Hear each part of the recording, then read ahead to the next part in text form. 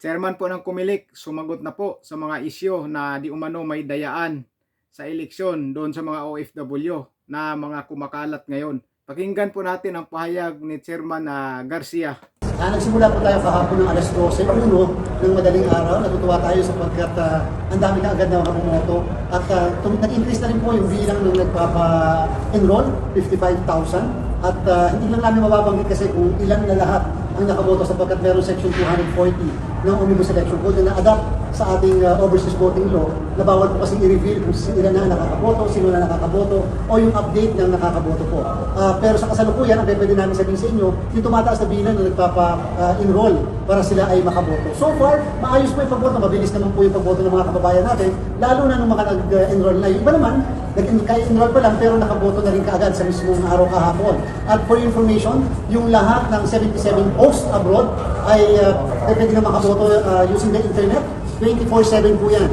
Ibig sabihin kahit na madaling araw, gabi, umaga, ay pwede silang makaboto. Lahat-lahat gamit ang ating internet. Sa 16 posts naman din po, naandyan na, nakastandby na yung lahat ng mga makina para tumanggap po ng pagboto ng mga kababayan natin doon sa mga lugar na ang pagboto ay sa pamamagitan ng mga makina o magsishade pa rin ng balota o kung hindi naman, yung padadala pa rin sila ng kanilang ng mga balota sa post, katulad halimbawa ng Myanmar.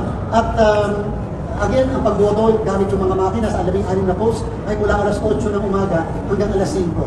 Ang botohan po natin ay tatagal hanggang araw ng eleksyon and therefore yung pagpapabilang ng lahat ng boto ay magsisimula din lang ng alas 7 ng gabi. Kung ano yung alas 7 ng gabi sa Pilipinas at kung ano yung oras na yun sa ibang bansa, yun din po ang takbos ng pagboto at doon din magsisimula ang pagbilang ng mga boto na naikas ng mga botante natin mula kahapon hanggang May 12. Again, yung ating enrollment ay hanggang May 7. Ngayon, gusto ko lang pong mabura sa isip ng iba, ng ilan natin mga kababayan, kasi medyo meron po kasi nag-question, hindi po natin alam yung intention ng iba, pero sige po, kukonsider na lang namin na valid at good faith yung lahat ng intention na yan. Pag po sila ay bumoto, siyempre sila po nag-pre-enroll. Makakaboto ka lang using the internet kung naka-pre-enroll ka sapagkat bibigyan ka ng QR ng OTP, bibigyan ka ng password or number para makapag-enroll ka. Ngayon po, pagkalagkas sila ng kanilang mga boto, namili sila ng laging dalawang senador halimbawa o isang party list, ipapakita po sa kanila yung mga napili nila, ipapakita sa kanila yung mismong balota nila. At pagkatapos tatanungin sila if they want to cast the ballot. Pagka na-cast po nila, ay automatically mawawala yung pinakabalota na nakita nila yung lahat ng boto nila at pagkatapos po, yung sinasabi nila yung pwede ma-verify yung QR code. Pag pinindot po kasi nila yung QR code, ang lalabas po doon, hindi na yung pangalan ng mga ng mga kandidato na kanila pong binoto. Lalabas po dyan ay machine-readable codes ng lahat ng kandidato at nandun din po yung kandidatong kanilang binoto. Hindi po talaga nila yung mababasa kasi may nakikita sila may isang pangalan, yung pangalan ng party list o pangalan ng mismong kandidato. Hindi po yung binoto nila, yung po ay naka-codes po yan. Bakit? Hindi po talaga namin bibigay yung mismong pangalan pagkatapos ma-cast kasi pwedeng gamitin sa vote buying. Kailan po yan mapiprint? Pwede po i-print siya. Pag natapos ng botohan sa Mayo 12, mapiprint po yan sa post mismo. At doon sa post, ma-verify nila kung tama lahat yung mismo nakast doon. In fact, meron din tayong random manual audit.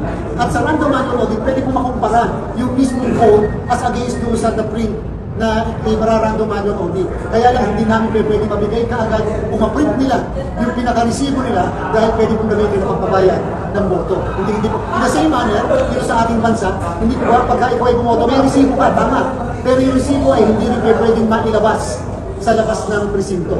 Ang resibo ay hanggang dyan lang sa loob ng presinto at ito ay ide-deposito sa ating balance. Para lang po mawala sa isip ng ating mga kababayan. Madali po i-counter-check yan later. Kung talaga bang yung boto ay nabilang at yung boto ba ay na-preserve o yung ba talaga yung boto sapagkat later on, yan po ay ipiprint sa mismong post natin after the voting sa Mayo. So yun po yung pahayag ng chairman ng Kumilik na di umano yung pagka iniskan mo daw yung QR code pagkatapos mo bumoto kapag OFW ka ay lalabas po ang lahat ng mga pangalan ng mga kandidato. Hindi po daw yun yung mismong binuboto mo.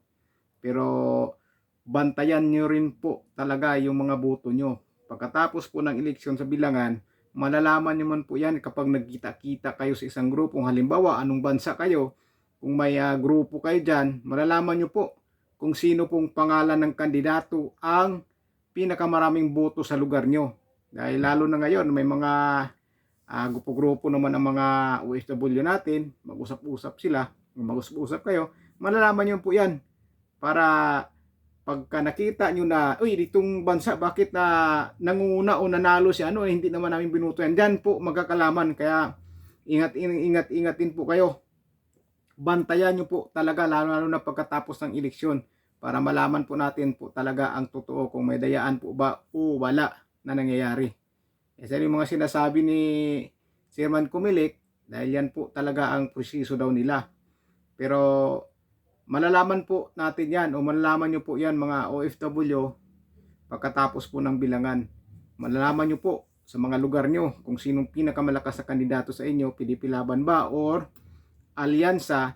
Pero karamihan sa OFW is PDP Laban po yan. Malalaman nyo po yan kapag nanalo ang kabilang grupo, diyan na po kayo magduda. Sigurado po pagka ganon, may hupos-pukos na po pag ganon.